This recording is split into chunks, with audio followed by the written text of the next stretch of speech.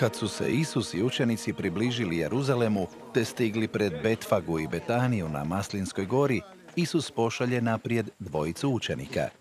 Idite u ono selo pred vama, reče im. I čim uđete, vidjet ćete privezano magare, koje još nitko nije jahao. Odvežite ga i dovedite ovamo. Upitali vas tko, što to radite? Recite samo, treba Gospodinu, brzo će ga vratiti. Oni odu i nađu magare zavezano na ulici pokraj vrata, te ga odvežu. Neki ih ljudi upitaju, zašto ste odvezali magare?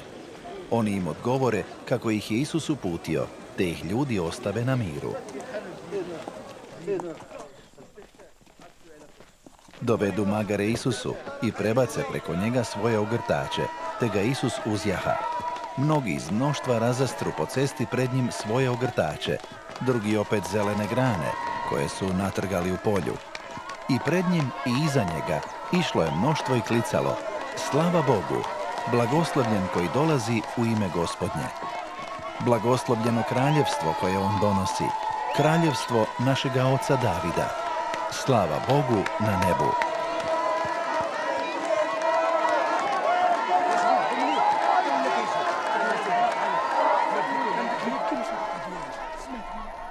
Tako uđe u Jeruzalem, u hram, pomno sve razgleda, te, jer je već bilo kasno, ode s 12 u Betaniju.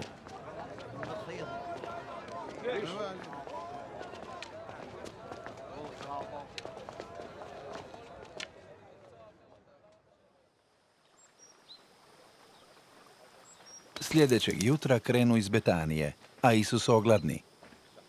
Izdaleka opazi razlistalu smokvu, pa joj priđe da vidi ima li što na njoj.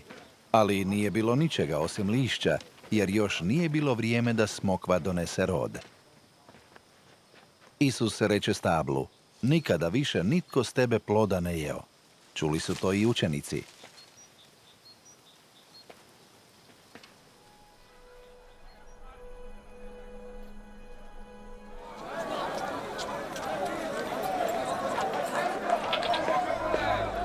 Kad opet stignu u Jeruzalem, on ode u hram.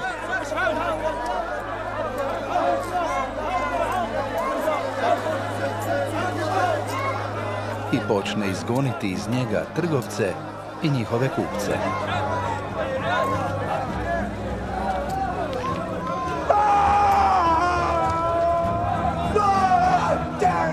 Prevrne stolove mjenjačima novca i klupe prodavačima golubova. Svima zabrani da prolaze kroz hram noseći stvari. Pouči ih, nije li napisano u Svetome pismu, moj hram treba biti molitveni dom za sve narode. A vi ste ga pretvorili u razbojničku špilju. Kad su to čuli svećenički poglavari i pismoznanci, počnu smišljati kako da ga ubiju. Bojali su ga se, jer je narod bio oduševljen Isusovim učenjem. Uvečer Isus i učenici odu iz grada. Prolazeći ujutro pokraj smokve koju je Isus prokleo, opaze da se iz korijena osušila. Petar se sjeti Isusovih riječi i uzvikne, učitelju, pogledaj, smokva koju si prokleo osušila se. Imajte vjeru u Boga, odgovori im Isus. Zaista vam kažem, kada bi tko rekao ovoj planini, digni se i baci se u more, i pritom ne bi posumnjao u srcu, nego vjerovao da će se to i dogoditi, to bi se zaista zbilo. Zato vam kažem, što god da u molitvi tražite, vjerujte da ste to već dobili, pa ćete i dobiti. Ali kad god ustanete moliti, najprije oprostite svima onima kojima što zamjerate, da bi i vama nebeski Otac oprostio vaše grijehe. Ali ne oprostite li vi drugima njihovih pogrešaka, ni vaš nebeski Otac neće vama oprostiti vaše grijehe.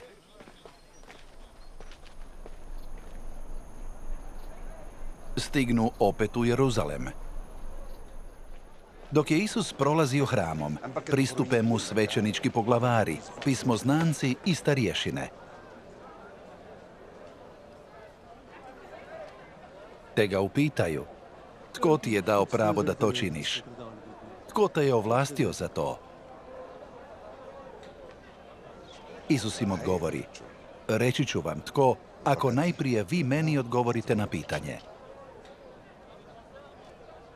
Je li Ivanovo krštenje bilo s neba ili od ljudi? Odgovorite mi. Oni počnu umovati i međusobno raspravljati. Ako kažemo da je s neba, pitaće nas zašto mu onda nismo vjerovali. A da kažemo da je od ljudi? Bojali su se međutim naroda, jer su Ivana svi držali za pravog proroka. Zato Isusu odgovore, ne znamo.